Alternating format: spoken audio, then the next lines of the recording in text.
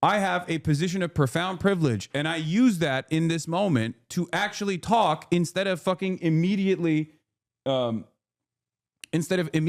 what is normally wise in those circumstances, which is to not talk and to demand a lawyer or ask if you are being detained.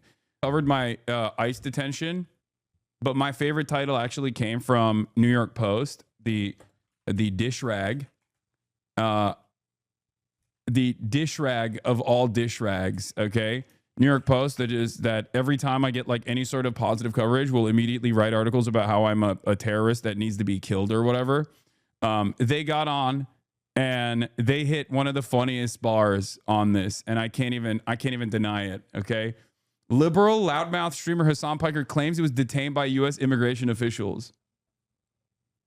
For the record, I said it. I was like, the only reason why I did this was because I wanted to investigate it further and I wanted to see where this would go.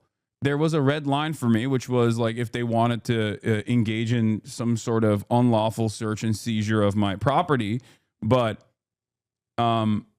overall, like I wanted to see what they were like. It was a fact-finding mission for me using my privilege that I have. Where was I? All right, this is so funny. Half of the internet and most of the reactionary commentary sphere that ranges from people that consider themselves to be liberals all the way down to like neo-Nazis is both celebrating and also downplaying what this Trump administration is doing. And it's really funny that I still have fucking dumbass supposedly leftists in my own community that's like, who are like, you didn't go hard enough, dude. You should have thrown fisticuffs or some shit. Which I find really funny. Okay, man.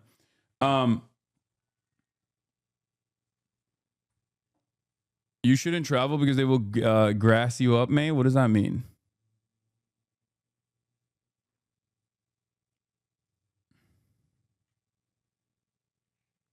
But in any case, as I already talked about this, like I already gave my experience.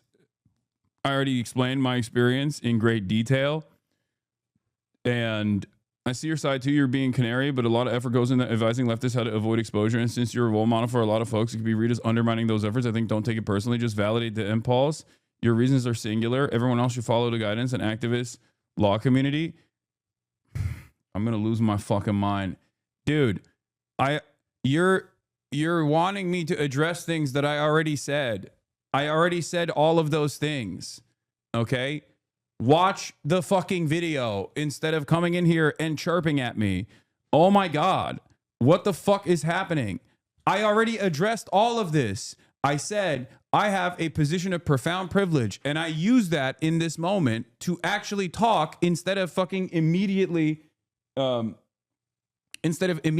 what is normally wise in those circumstances, which is to not talk and to demand a lawyer or ask if you are being detained.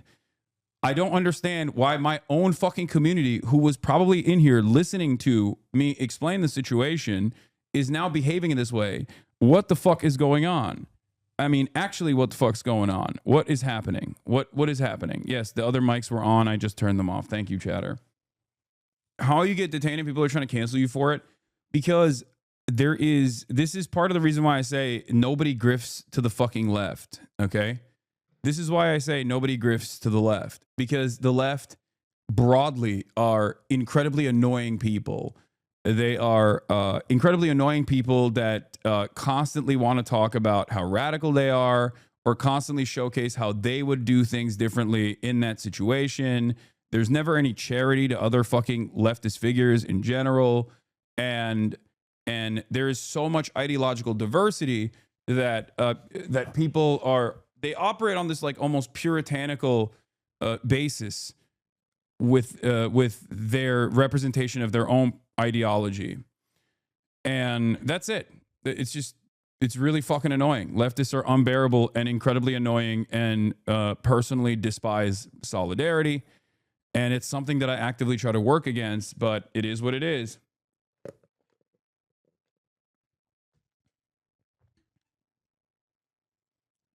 But yeah, I mean, here, this is a good summarization of the events that took place. This is from a progressive Now This Impact TikTok account. I'll replay this real quick from yesterday. Agent goes, "Step aside, sir." I was like, here we go. All right. I'm waiting in the corner. This Latina ICE agent comes up, picks me up, takes me to this detention center. I sit down, fluorescent light bulbs, the whole nine. Okay. They have benches in the back of O'Hare Airport where there's like a detention area. Okay. There's a detention area. I'm sitting there. There's like a bunch of terrified families. Finally, this agent comes out, says, "Hasan Piker." I'm like, "That's me. Coming with me." I'm like, "Oh, brother, here we go." They take me to this back room. Okay. And the back room is not great. Everything, the back room is designed in the most hostile way I've ever been inside of a room. The vibes are really back there.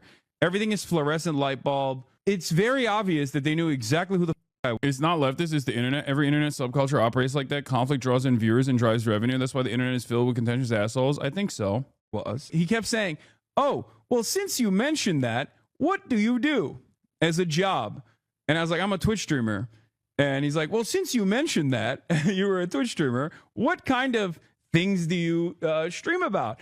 And at first I was like, do I just tell him I play video games? Because I don't think this going to believe me if I say I just play video games to him, right? So I was just like, yeah, I play video games, but I also do current events sometimes, drama, internet. And he's like, "Oh, do you talk about, since you mentioned that, you talk about the things that you talk about, do you talk about the news?" And I was like, "Yeah, I talk about the news." And he kept saying, "Okay, so when you talk about the news, do you talk about the war?" And I was like, "What do you mean by that?" He's like, "Do you talk about Trump?" And that was the first time where I was like, what the is this question? Like, I literally straight up told him, I was like, "Why are you asking me this?" Like, I was like, what does this have to do with anything? I saw no reason to hold back on certain things. So I said, "I don't like Trump." I was like, "What are you going to do? It's protected by the First Amendment. I don't like Trump." Yes. Right? Like, I was like, "I'm not fond of him. I don't like him. He said he was going to end the wars. He hasn't ended the wars. What's up with that?" As a black chatter, you talking to cops was killing me, bro. Dude. Oh my God. Okay. Chatters. As I mentioned yesterday, and I guess I will have to repeat it over and over again, you shouldn't do this. The reason why I did this is because I have a shit ton of privilege. Okay? I wanted to investigate what this inquiry was going to look like. I am wealthy enough to be sheltered from additional scrutiny. I am a public figure. If this were to happen to you in a situation like this, as it's happened to many Americans so far that have come into the country, there wouldn't be 7,000 international articles written about it. The reason why I took advantage of the privilege that I have, being a public person, and also on top of that, having enough money to potentially overcome any sort of serious scrutiny from the government, and access to groups like the ACLU and numerous other First Amendment defending like civil rights organizations with lawyers, used this as an opportunity to try to figure out exactly what was going on with this inquiry process. Okay? And I stressed this over and over again yesterday, which is to not let you do this. I told you, you shouldn't do this.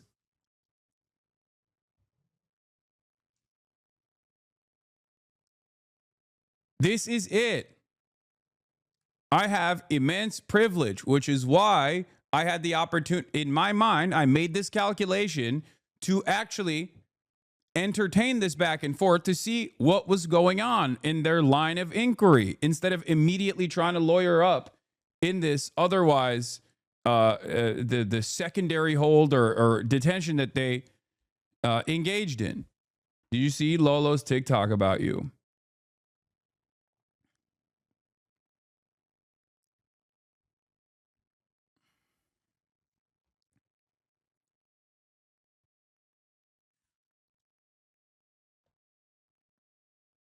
In any case,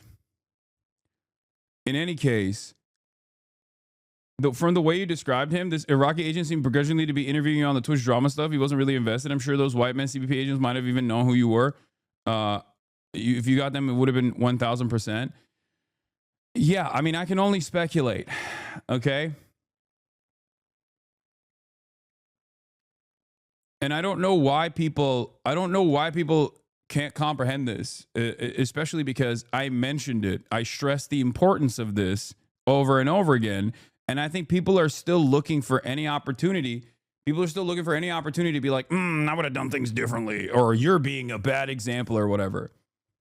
Okay. There was never a moment where I said, so unless you live under a rock, you are probably aware. Americans are so cute because they'll have what is this? So unless you live under a rock, you are probably aware of the reality that right now in the United States, things are getting more repressive. The state is becoming bolder.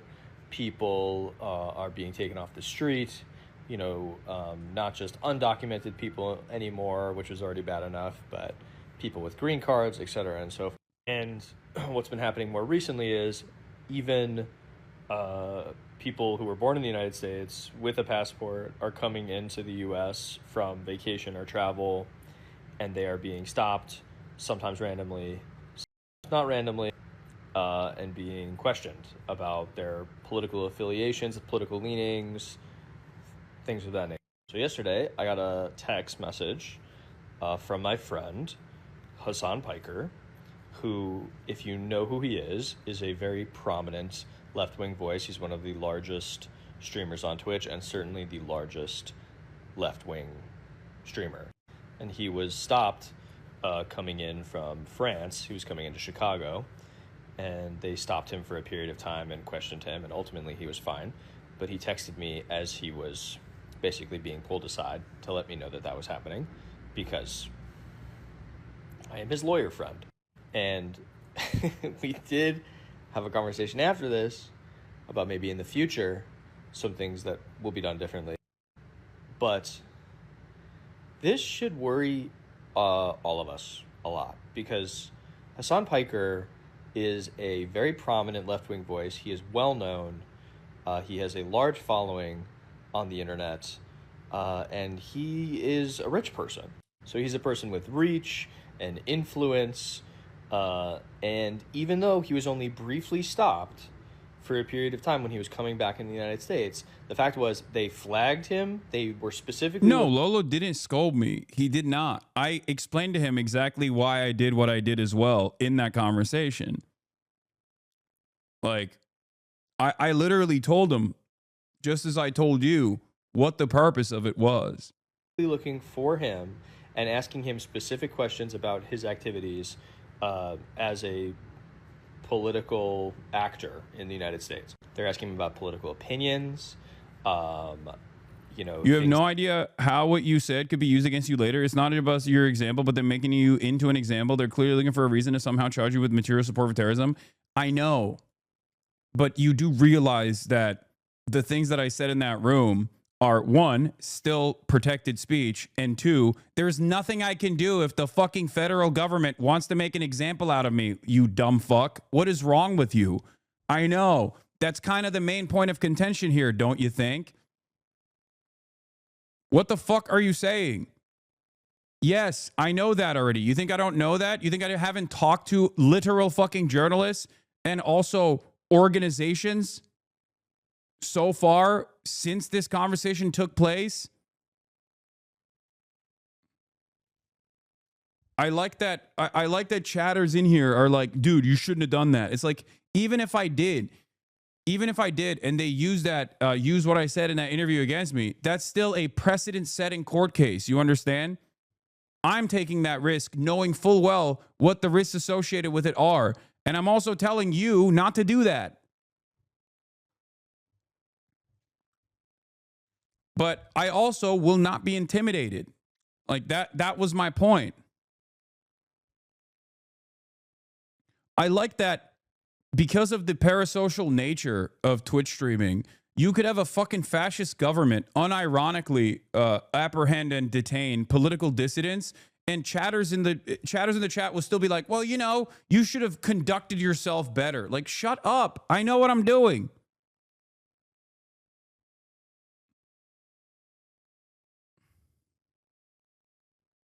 What are you saying right now? I knew that I was taking a calculated risk to talk in that situation. I know that.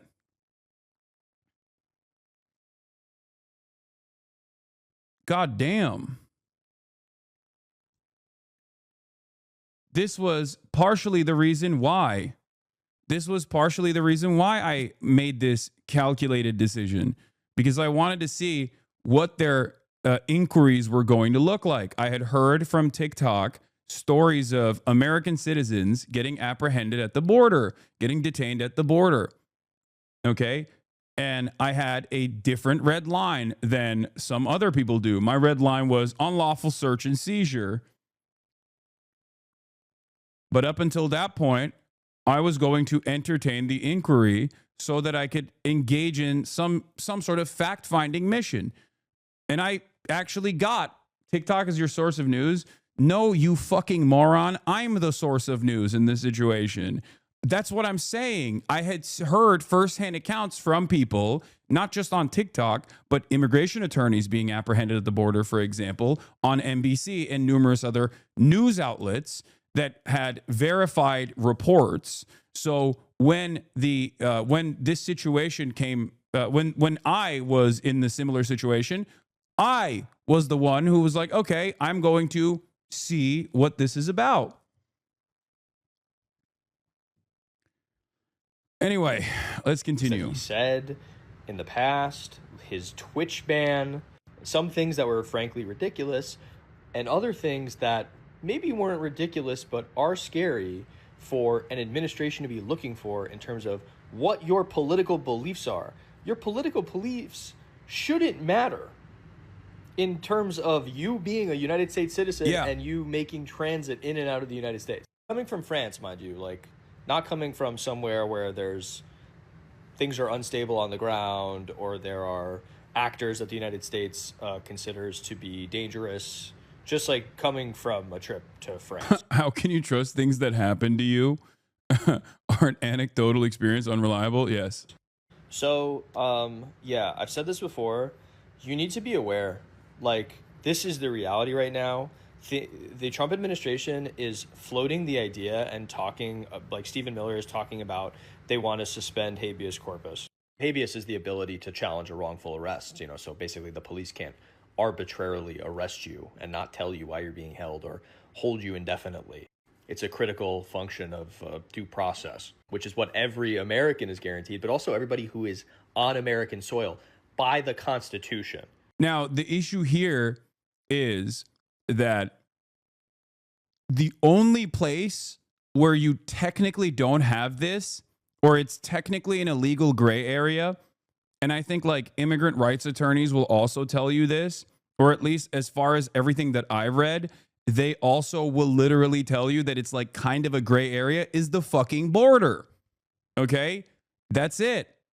That's the one area where there is definitely a deliberate effort from the Supreme Court and the American reactionary movements that have eroded constitutional protections piece by piece. You're more useful to the movement free and doing this work than in a cell somewhere, bro. We don't have to give them a sacrificial lamb to know it's fascism. I also disagree with you on this. Then why don't I just leave the United States of America and escape and like keep streaming from a different country? This is something that a lot of people are suggesting in a very parasocial way as well. And it's like, no, there are going to be moments where I am presented with a threatening situation, and I think that it is appropriate for me to at least have some fucking skin in the game.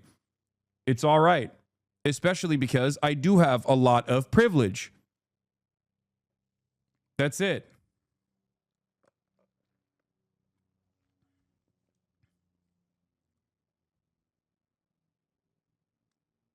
That's it.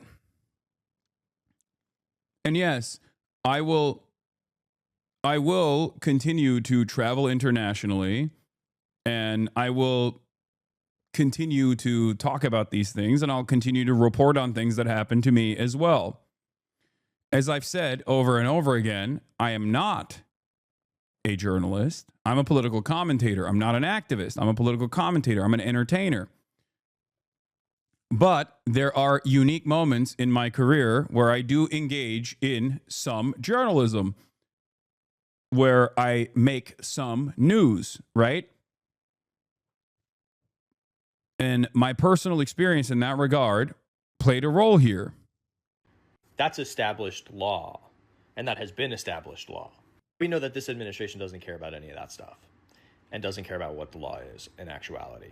All of us collectively need to be smart about how we are articulating certain things online, not to be silent, to be perfectly clear before the do not comply in advance heroes in the comments go absolutely insane.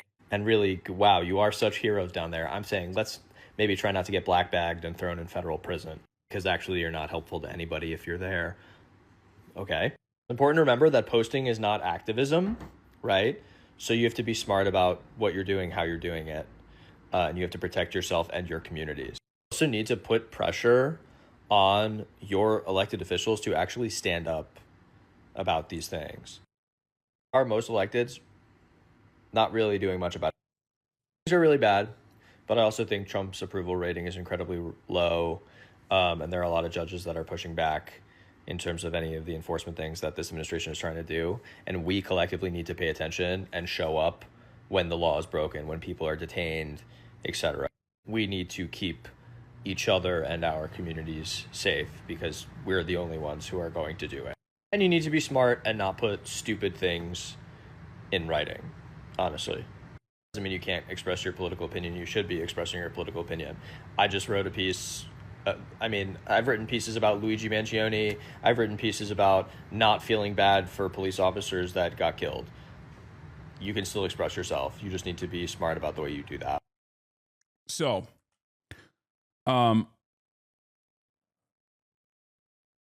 there is, there's a lot of commentary, a lot of back and forth happening on this stuff, and there's been a lot of news coverage on it as well. And virtually every single outlet has reached out at this point to get a to get my insight into what took place. I have, with the limited amount I have, with the limited amount of spare time that I have, I tried to use that to the best of my ability and respond to questions and things like that. But overall, there was, of course, a lot of support from liberals who were terrified of the things that are unfolding. A lot of articles were written about it. Virtually every single major news article, major news publication wrote about it. Here's the New York Times. On Hasan Piker, popular left-wing streamer, says he was detained at airport. Mr. Piker said he was questioned for 2 hours on topics including the war in Gaza and President Trump. Popular Turkish-American online streamer said he was stopped and questioned for hours about his political beliefs by U.S. Customs and Border Protection after flying back in the United States from overseas on Sunday. Mr. Piker, 33, said in a live broadcast on Monday that he was asked about his job, his beliefs on Gaza and the President Trump, and other topics he discussed on his live stream while being held for 2 hours at an airport in Chicago. Mr. Piker, who was born in the United States, said he was passing through global entry and a U.S. Customs and Border Protection program that eases security checks for travelers deemed to be low risk when an agent asked him to step aside. According to Piker, a U.S. Immigration and Customs Enforcement agent led him to an area he described as a detention center where he was taken into a room for questioning. It's very obvious they knew who I was, Mr. Piker said, using an expletive. He has about 4.5 million followers combined on YouTube, Twitch, Tricia McLaughlin, a spokesman for the Department of Homeland Security, said in a statement on social media that Mr. Piker's claims that his political beliefs triggered the inspection are baseless. Upon entering the country, this individual was referred for further inspection, a routine lawful process that occurs daily and can apply for any traveler, she said. Once his inspection was complete, he was promptly released. Now, I found this to be a very funny response, and the reason why I think it's really funny is because, and I tweeted about this already last night. I found this to be really interesting. One, because first and foremost, they admit to it happening. which is you know, like they openly admit to it taking place, right? Saying that I'm lying for likes is very funny because they don't even deny that it took place. Okay? They simply deny that it was a political targeting. And I think it's important. I think it's important to take note of what the Department of Homeland Security is taking issue with here. Okay? What the Department of Homeland Security is taking issue here is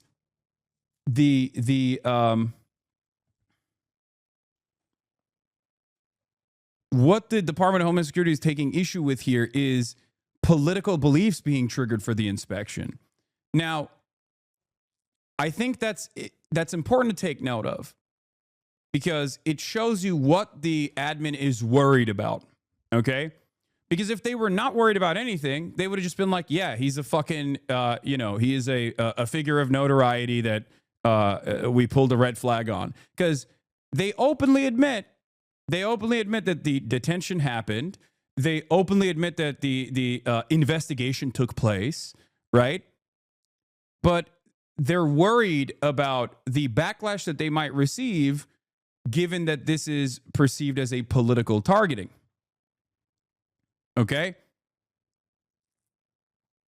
To which I responded with, by the way, in the NBC article, what part of a lawful routine inspection requires the DHS to question me about my political views, my opinions on Donald Trump, or my stance on Israel and Palestine?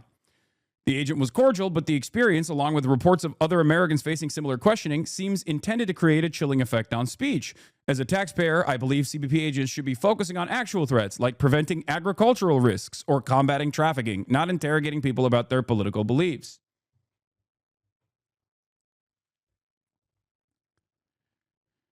So, as I said, the DHS response is so funny because they're not even disputing that it happened. They're omitting the insane questions that were asked and instead claiming that I wasn't targeted for my political beliefs. Why'd y'all ask me about Trump, Israel, Houthis, Hamas, and my Twitch bans then? So that is what is interesting about the process. Either the DHS is lying about the political motivations for HasanAbi's detention, or asking citizens about their allegiance to Israel is now their standard practice. Exactly. Like, is this normal? Not even just like allegiance to Israel, but also opinions on Donald Trump, the president, or opinions on Hamas, Hezbollah, the Houthis. Like, that's crazy. That's not normal. That is the whole point of this. The reason why this is insane is because you are asking an American citizen who is literally a part of global entry, right? That has already been, that is a known traveler to the Department of Homeland Security, an American citizen that was born on U.S. soil, questions about whether or not they have an allegiance to Donald Trump, the current president. None of this will bar you entry into the country. Do you understand? And I don't even think that was the purpose. I think that the purpose was to create a chilling effect. That's it. Mr. Piker described the conversation as really, really interesting and very cordial. He said the agent asked him what he did for work, the topics he talked about in his streams, and whether he discussed the news, including the war in Gaza and President Trump. They straight up tried to get something out of me that I think they could use basically to detain me permanently, Mr. Piker said, using an expletive again. There's no direct connection or direct involvement. He also described the agent who identified himself as Iraqi as very sympathetic, where, okay, they literally took very specific parts of this to make this seem like it was a pleasant experience overall. Okay. And they just did not, they omitted parts of this conversation that I definitely maintained it was not, was not a pleasant experience. When he asked the agent why he was being detained, Mr. Piker said the agent told him it was routine. He also said he was repeatedly asked about his opinions on whether he was involved with Hamas, the Houthis, an Iranian-backed militant group that controls northern Yemen, and Hezbollah. Throughout the questioning, Mr. Piker said he was transparent in his responses and repeated the same answers, including describing himself as a pacifist who wanted the wars to end. In his broadcast, Mr. Piker said he planned to submit an online inquiry about why he was stopped.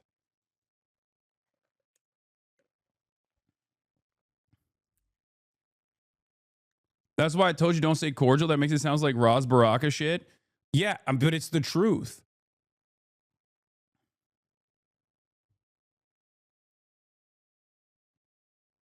There's one citizen who has direct contact with Hamas, and through that, he facilitated the release of Eden Alexander. He's a pro-Trump Palestinian American businessman who arranged the White House Hamas direct negotiations. Yes, exactly. The Trump administration is in direct contact with Hamas. What are we talking about? The idea that having a direct contact with Hamas or having direct contact with the Houthis or having direct contact with Hezbollah is not allowed in any way, shape, or form is, once again, an erosion of what previous considerations would immediately destroy as far as like a need for detention. Okay. We've already dropped that ball completely. It is ridiculous. The fuck do you mean? Have you interviewed Hamas?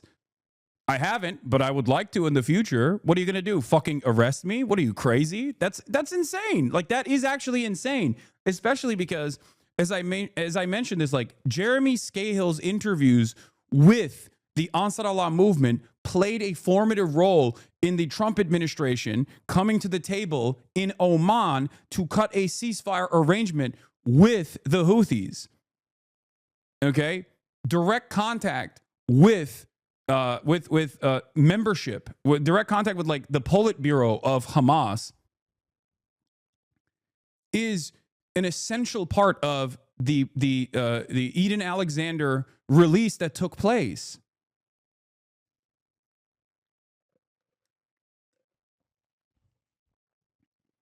Yeah, and at no point did I say I was treated well.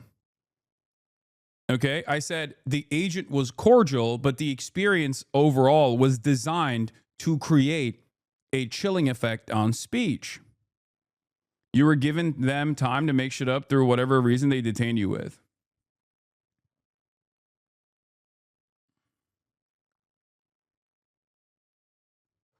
I have mentioned this before, and I think that a lot of people don't understand this, but you absolutely are allowed right now under the First Amendment protections as a citizen or non-citizen to express support for Hamas. The idea that you cannot do that is ridiculous.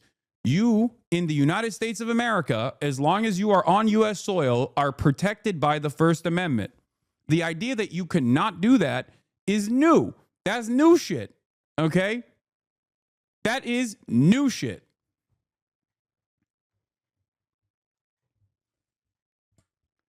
And even then, I personally was managing the risk in my mind and did not take it to that step when I was having a conversation with the ICE guy, okay, with the agent. I don't even know if he's ICE, Customs and Border Patrol, or potentially HSI.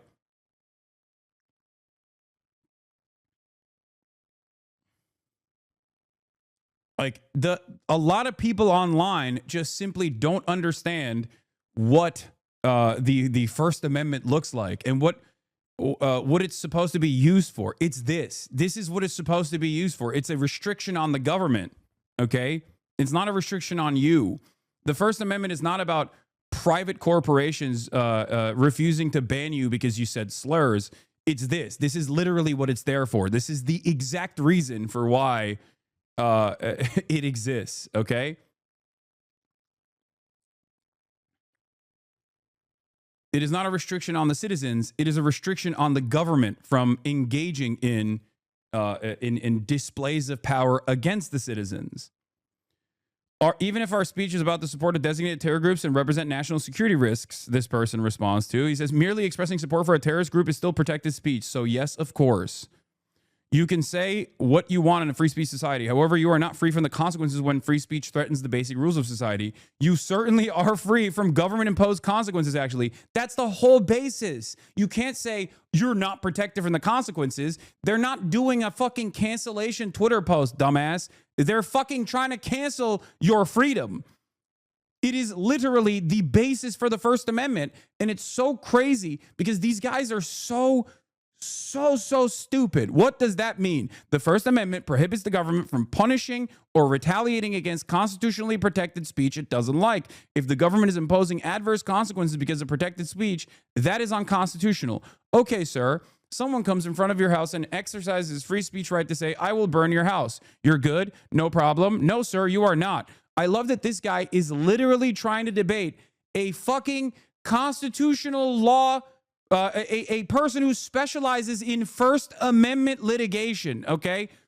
He is a First Amendment and defamation lawyer. The fucking audacity.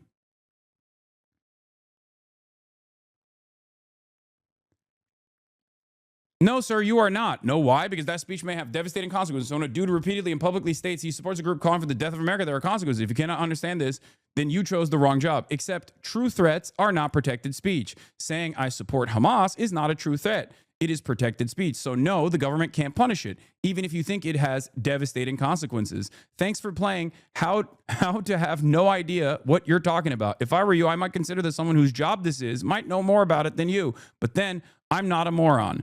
I liked your last sentence.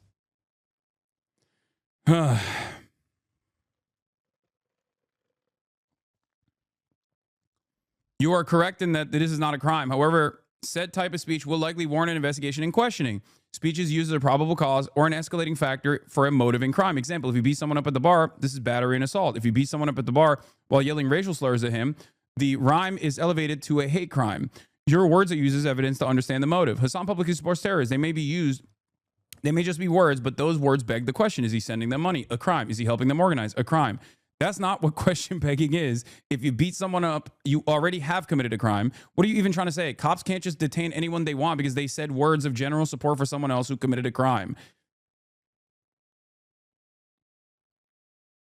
Like, it is kind of crazy that this once again goes along with the incredibly the incredibly dumb thing that happens online all the time, where it's like American exceptionalism, American individualism, and just like Dunning-Kruger causes people to just go, no, actually, you, the fucking expert dedicating his life to this, is actually wrong. I, random guy who doesn't like what this person is saying, will now sit here and act as though the First Amendment doesn't protect speech that I don't personally like. That's not how this works. This is also precisely the reason why, while I have maintained the position that, Nazis, neo-Nazis in particular, that fucking violate all or take advantage of like the liberal notions of wanting to have normal discourse, getting at least like some kind of blackballing or blacklisting, have always maintained the position that the government should protect their speech regardless. Like, there is a limit to it, right? There are penalties that can be incurred through private modes of communication, but at the end of the day, I still understand that outside of circumstances where they are in the act of engaging in a hate crime, that yes, the fucking government should not be arresting people on the basis of speech. The reason why I've also always maintained this position is because I'm fucking Turkish. I'm from a country where there is no free speech. And part of that reason is why I can't even go back to my own fucking country. Okay?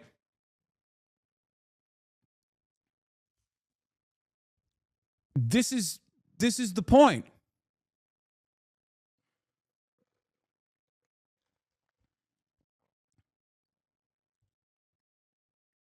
So yes, of course, I am frustrated to see my other country, the United States of America, the country that I was born in, Turkifying at a fucking alarming rate.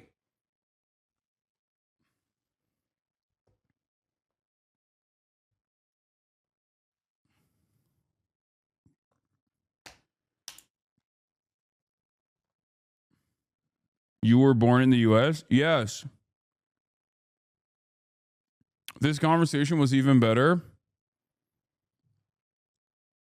Platforming terrorist propaganda isn't protected speech. You are certainly no constitutional scholar. I'll say that much. You don't need to be a constitutional scholar to know that inciting support for a designated terrorist group crosses legal lines. But hey, keep defending the influencer industrial complex if that's your hill to die on. You don't have to be anything to know things that are completely wrong. I would imagine that's one of the principal benefits of being a moron. Imagine thinking the Constitution protects influencer cosplay while they regurgitate talking points from foreign terror orgs. You are not defending free speech. It does. Like, even if you think that that's what I'm doing, it literally does protect that. It precisely protects that. I don't... This is one of those things that is incredibly frustrating to me.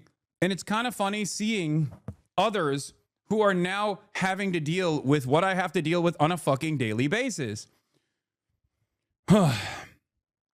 What I have to deal with on a daily basis is exactly this. The dumbest people alive that are heavily opinionated without like a true understanding of constitutional law, operating on their own fucking personal feelings and assuming that the federal government and the way that things work is supposed to be at the mercy of your own individual perspective. Okay?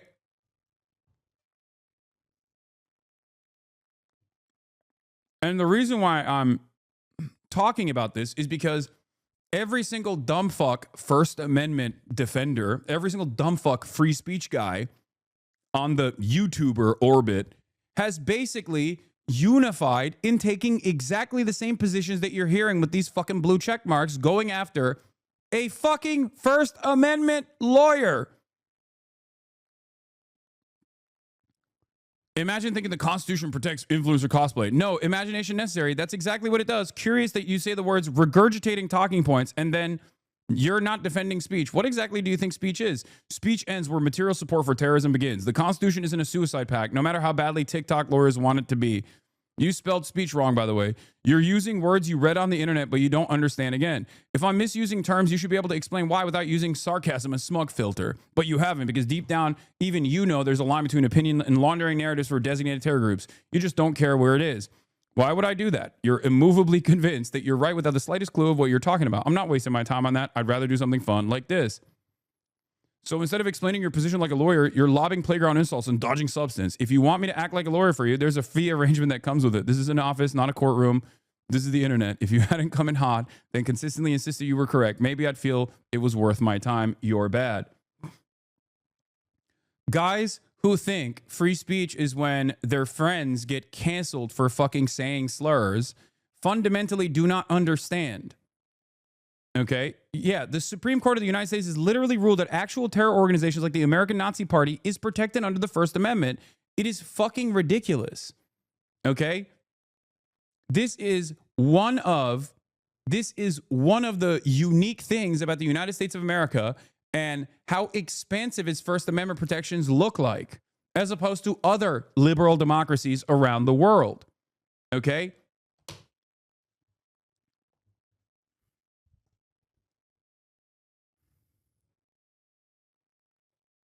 But it does not make any sense that so many people just refuse to understand this thing, refuse to understand this fundamental principle.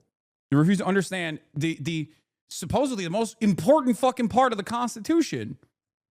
They're just like, no, I don't understand. Free speech is only when I say slurs or only when my friends get upset that titties are getting smaller in video games. And actually, when the government decides that a person that I don't like is going to be falsely detained or whatever, then it's actually good. It's not protected by the First Amendment. It's like, no, that's the only thing that is protected by the First Amendment in these conversations that are taking place. If the government actually arrested you for saying a slur, then yes, that would be a violation of the First Amendment, unless you were literally doing a hate crime. Okay? But on speech alone, especially if you are like saying that you like the American Nazi Party or the Klan or fucking the Houthis or Hamas, even though these things are not even fucking comparable in terms of like the damage that it causes for America in general, where like obviously domestic terror organizations are far more consequential than a fucking nationalist emancipatory movement in fucking Yemen or in occupied Palestinian territory that has never done anything outside of occupied Palestinian territory, for the record. Okay? As opposed to a fucking domestic white nationalist terror group that is like actively doing direct acts of domestic terror on U.S. soil. Okay. But even then, it doesn't fucking matter. It's still protected. It's still constitutionally protected speech. Here is Anna, who is a immigration human rights lawyer, that says, to be clear, Hasan's political speech is unequivocally protected under the First Amendment of the U.S. Constitution. Also, he's a U.S. citizen. He has a constitutional right to re-enter the country under the 14th Amendment. This should have never happened. And it's so funny because people go, because it didn't happen, lol. And that's the thing that I wanted to get to. Okay? That's the point I wanted to get to, is like all of these dumb fuck slop tubers don't know what they're talking about. And I please, if you're coming in here to be like, Hasan, I don't really like you, but I wanted to hear your perspective on this. I wanted to understand what was going on, but I don't really fucking like you. And my favorite content creators don't like you at all. And I've heard a lot of stuff because I've seen a lot of clips of you online. I need you to please, you don't have to listen to me. You don't have to watch me, but please, please go and like read anything, just anything that's not a Twitter blue check mark reply. Okay. Please. Because these guys are deluding. These guys are delusional, and they are leading you down a wrong path. They are misinforming you. Okay? They are misinforming you. They don't know anything. They don't know what they're talking about. Do you understand? They do not know what they are talking about. Oh.